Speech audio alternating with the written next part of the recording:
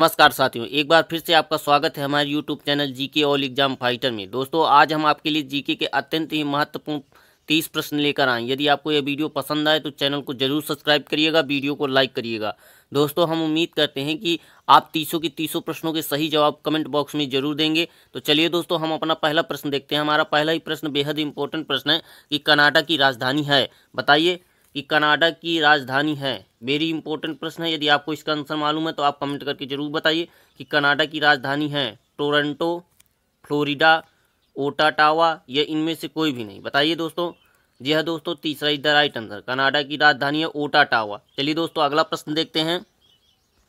हमारा अगला और दूसरे नंबर का प्रश्न है कि निम्न में से कौन मंत्री परिषद के अंतर्गत नहीं आते। वेरी इंपॉर्टेंट प्रश्न है, संविधान के से रिलेटेड प्रश्न है। कई बार यह प्रश्न एग्जाम में दोहराया गया है, हो सकता है आपके अगले एग्जाम में यह प्रश्न 100% देखने को मिले। तो बताइए यदि आपको इसका आंसर मालूम है कि निम्न में से कौन सा मंत्री परिषद के अंतर्गत नहीं आते। मंत्रिमंडल सदस्य, राज्य मंत्री, विभाग रहित मंत्री या मंत्रिमंडल सचिव। बताइए। जी हाँ दोस्तों, चौथा इज द राइट आंसर, मंत्रिमंडल सचिव। मंत्रिमंडल सचिव मंत्री परिषद के अंतर्गत नहीं आते हैं। चलिए दोस्तों, अगला प्रश्न देखते हैं। हमारा अगला और तीसरे नंबर का प्रश्न है। वेरी इंपॉर्टेंट प्रश्न है, कई बार एग्जाम में यह प्रश्न पूछा जा चुका है, इसलिए यदि आप इसको तुरंत नोट कर लीजिए। यदि आपको इसका आंसर मालूम है कमेंट बॉक्स में जरूर बताइए कि सूखा रोग रिकेट्स किसकी कमी के कारण होता है। वेरी वेरी इंपॉर्टेंट प्रश्न है, कई बार यह प्रश्न एग्जाम में पूछा जा चुका है। इसको तुरंत आप रफ कॉपी में नोट कर लीजिए, हो सकता है आपके अगले एग्जाम में यह प्रश्न पूछा जाए।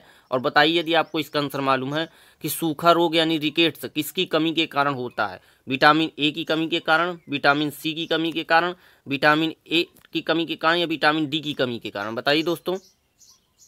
जी हाँ दोस्तों, चौथा इज द राइट आंसर, सूखा रोग हमारा विटामिन डी की कमी के कारण होता है। चलिए दोस्तों, अगला प्रश्न देखते हैं।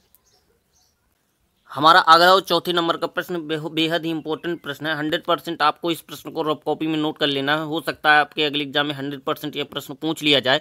और बताइए यदि आपको इसका आंसर मालूम है कि विद्युत मोटर विद्युत ऊर्जा को किस ऊर्जा में बदल देती। बेहद ही इंपॉर्टेंट प्रश्न है। बताइए कि विद्युत मोटर विद्युत ऊर्जा को किस ऊर्जा में बदल देती है। चुंबकीय, रासायनिक, यांत्रिक या इनमें से कोई भी नहीं। बताइए कि जो विद्युत मोटर होती है हमारी, वो विद्युत ऊर्जा को किस ऊर्जा में बदल देती है।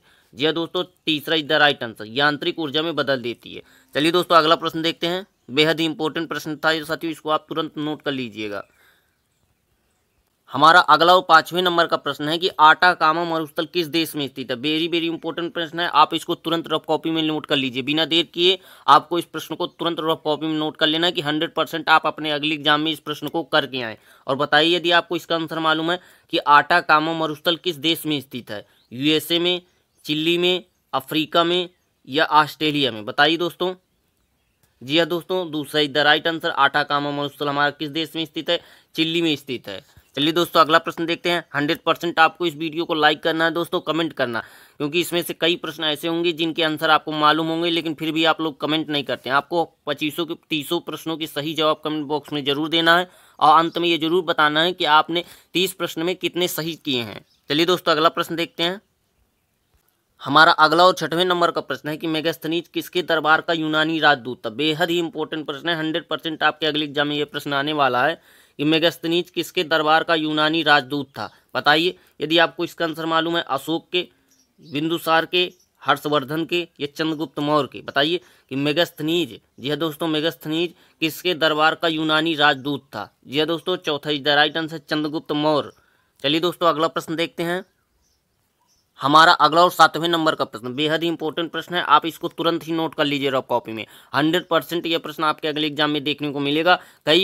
कई एग्जामों में यह प्रश्न बार बार आ जाता है, इसलिए 100% आपके अगले एग्जाम में यह प्रश्न आपको मिलेगा कि गीतांजलि पुस्तक के लिए नोबेल पुरस्कार किसे मिला था। बेहद ही इंपॉर्टेंट प्रश्न है। बताइए यदि आपको इसका आंसर मालूम है कि गीतांजलि पुस्तक के लिए नोबेल पुरस्कार किसे मिला था।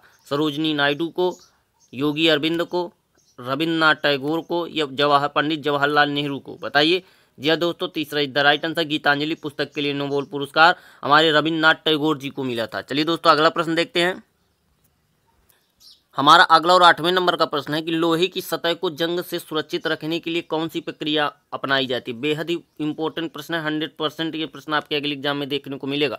वेरी वेरी इंपॉर्टेंट प्रश्न है। आप इनको, मैं जिनको कह रहा हूँ कि आप उनको प्रश्नों को तुरंत रफ कॉपी में नोट कर लीजिए, क्योंकि 100% संभावना यह रहती है कि 100% आपके अगले एग्जाम में ये प्रश्न आ सकते हैं। इसलिए कोई भी प्रश्न आपसे छूटने ना पाए कि लोहे की सतह को जंग से सुरक्षित रखने के लिए कौन सी प्रक्रिया अपनाई जाती है। बताइए, पेंटिंग की, पॉलिशिंग की, ऑयल पेंटिंग की या गैल्वेनाइजिंग की। बताइए यदि आपको इसका आंसर मालूम है कमेंट बॉक्स में।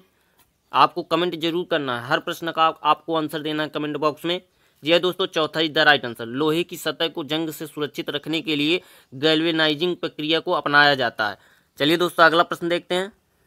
हमारा अगला और 9वें नंबर का प्रश्न है कि वह स्थान कौन सा है जहां से महात्मा गांधी ने अपना पहला सत्याग्रह शुरू किया था। वेरी इंपॉर्टेंट प्रश्न है, 100% इसको आपको नोट कर लेना है। बताइए यदि आपको इसका आंसर मालूम है कि वह स्थान कौन सा है जहां से महात्मा गांधी ने अपना पहला सत्याग्रह आंदोलन शुरू किया था। बताइए, अहमदाबाद, बरडौली, चंपारण या खेड़ा। बताइए यदि आपको इसका आंसर मालूम कमेंट बॉक्स में। जी दोस्तों, तीसरा इज द राइट आंसर। वह कौन सा स्थान है? चंपारण है। चंपारण से ही महात्मा गांधी ने अपना पहला सत्याग्रह आंदोलन शुरू किया था। चलिए दोस्तों, अगला प्रश्न देखते हैं। हमारा अगला और 10वें नंबर का प्रश्न है कि शेर शाह का मकबरा कहाँ स्थित है। यह बेहद ही इंपॉर्टेंट प्रश्न है साथियों। यह आरआरबी, जी हाँ दोस्तों, आरआरबी रेलवे ग्रुप डी 2014 में पूछा गया प्रश्न है। 100% ये प्रश्न दोहराने की संभावना है, इसलिए आप इसको तुरंत नोट कर लीजिएगा। बताइए कि शेर शाह का मकबरा कहाँ स्थित है। वेरी वेरी इंपॉर्टेंट प्रश्न है। दिल्ली में, सासाराम में, चंदेरी में या कलिंजर में। बताइए कि शेर शाह का मकबरा कहाँ पर स्थित है। जी हाँ दोस्तों, दूसरा is the right answer. Sher Shah का मकबरा सासाराम में स्थित है। चलिए दोस्तों, अगला प्रश्न देखते हैं। हमारा अगला और 11वें नंबर का प्रश्न है कि संयुक्त राष्ट्र महासभा का प्रथम अध्यक्ष बनने वाला प्रथम भारतीय का नाम बताइए। बेहद ही इंपॉर्टेंट प्रश्न है, बेहद ही इंपॉर्टेंट है। आप इसको तुरंत रफ कॉपी में बिना देर किए नोट कर लीजिए, क्योंकि 100% यह प्रश्न पूछे जाने की संभावना है आपके अगले एग्जाम में कि संयुक्त राष्ट्र महासभा का प्रथम अध्यक्ष बनने वाला प्रथम भारतीय का नाम बताइए। बताइए दोस्तों यदि आपको इसका आंसर मालूम कमेंट बॉक्स में। नटवर सिंह है, BK कृष्ण मेनन है या विजया लक्ष्मी पंडित जी हैं या रमेश भंडारी जी हैं। बताइए। जी हाँ दोस्तों, तीसरा इज द राइट आंसर। संयुक्त राष्ट्र महासभा का प्रथम अध्यक्ष बनने वाला प्रथम भारतीय कौन था? विजया लक्ष्मी पंडित जी हैं। चलिए दोस्तों, अगला प्रश्न देखते हैं। हमारा अगला और 12वें नंबर का प्रश्न है कि हरियाणा राज्य में विधानसभा की कितनी सीटें। बेहद ही इंपॉर्टेंट प्रश्न है। बताइए, 100% आपको इसका आंसर मालूम होगा। कमेंट बॉक्स में कमेंट करके बताइए कि हरियाणा राज्य में विधानसभा की कितनी सीटें हैं। बताइए, 80, 50, 90, 95। जी हाँ दोस्तों, तीसरा इज द राइट आंसर, 90 सीटें हैं। चलिए दोस्तों, अगला प्रश्न देखते हैं। हमारा अगला और 13वें नंबर का प्रश्न है कि विख्यात पुस्तक इंडिका के लेखक हैं कौन है। बेहद ही इंपॉर्टेंट प्रश्न है। हर एग्जाम में एक प्रश्न या दो प्रश्न लेखकों की पुस्तकों से पूछ लिया जाता है। किसी पुस्तक का नाम दे दिया जाता है और पूछ लिया जाता है कि इसके लेखक कौन है। तो 100% हो सकता है कि यही नाम आपके अगले एग्जाम में पूछ लिया जाए, क्योंकि ये कई बार एग्जाम में दोहराया हुआ प्रश्न है। बताइए कि विख्यात पुस्तक इंडिका के लेखक कौन हैं? मेगास्थनीज, मार्को पोलो, निकेतन या अल्बरूनी। बताइए। जी हाँ दोस्तों, 100% आपको कमेंट करके बताना है। पहला is the right answer, Megasthenes. Indica नामक पुस्तक के लेखक कौन है? विश्वविख्यात इंडिका नामक पुस्तक के लेखक है हमारे मेगास्थनीज। यदि आपको ये वीडियो पसंद आया हो तो चैनल को जरूर सब्सक्राइब करिएगा, वीडियो को लाइक करिएगा दोस्तों। हमारा अगला और 14वें नंबर का प्रश्न है कि विश्व हेपेटाइटिस दिवस कब मनाया जाता है। बेहद ही इंपॉर्टेंट प्रश्न है।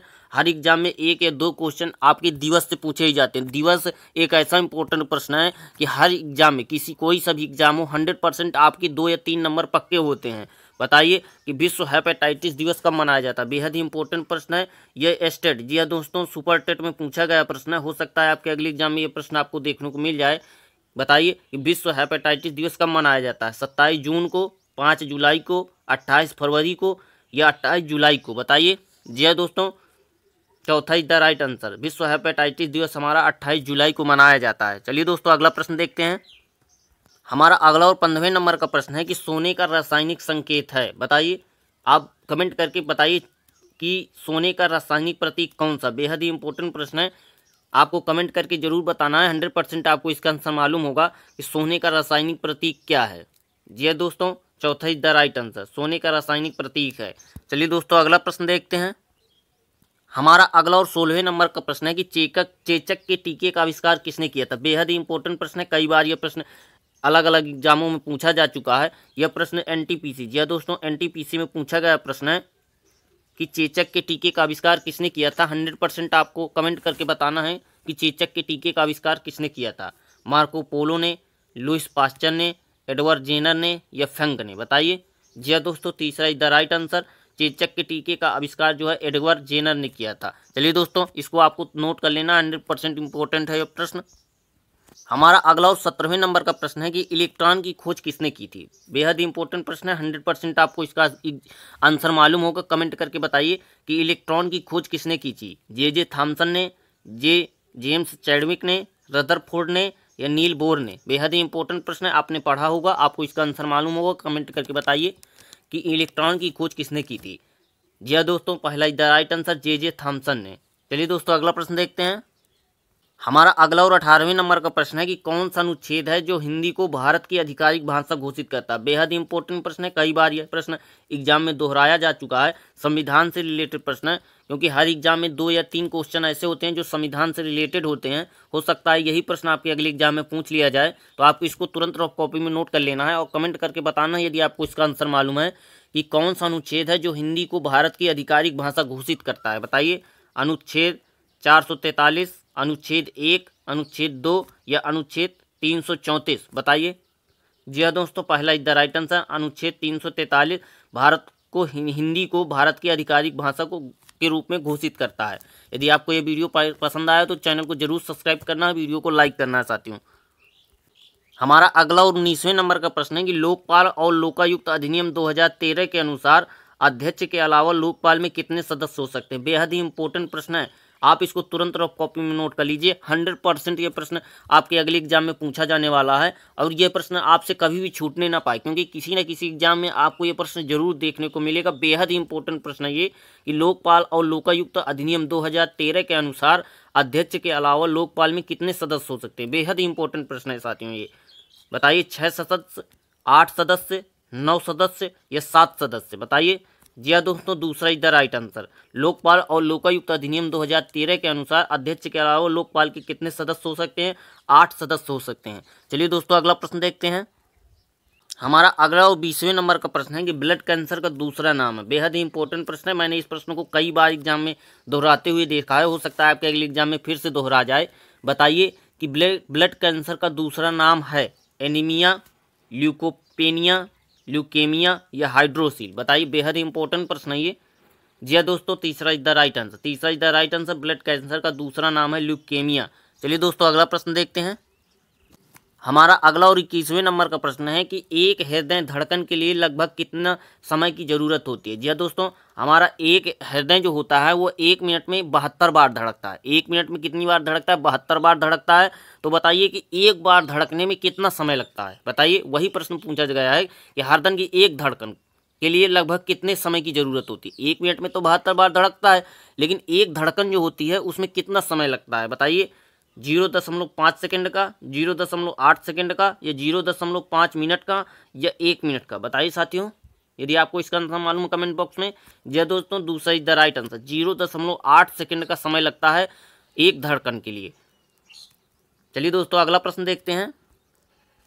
हमारा अगला और 22वें नंबर का प्रश्न है कि मानव शरीर में लाल रक्त कणिकाएं कहाँ से उत्पन्न होती हैं। बेहद ही इंपॉर्टेंट प्रश्न है, आपको ये बताना है कि आरबीसी लाल रुधिर कणिका, आरबीसी लाल रुधिर कणिका कहाँ से उत्पन्न होती है। बताइए कि मानव शरीर में लाल रक्त कणिकाएं कहाँ से उत्पन्न होती है। बेहद ही इंपॉर्टेंट प्रश्न है, 100% यह प्रश्न आपके अगले एग्जाम में देखने को मिलेगा। बताइए, यकृत से, ऐच्छिक मांसपेशियों से, अग्नाशय से या अस्थिमज्जा से, बताइए। जी दोस्तों, चौथा इज द राइट आंसर। लाल रुधिर कणिकाएं हमारी अस्थिमज्जा से उत्पन्न होती हैं। चलिए दोस्तों, अगला प्रश्न देखते हैं। आपके लिए ये प्रश्न है कि आरबीसी का कब्रिस्तान किसे कहा जाता है। यह आपके लिए प्रश्न है, आपको बताना है कमेंट करके 100% कि आरबीसी का कब्रिस्तान किसे कहा जाता है।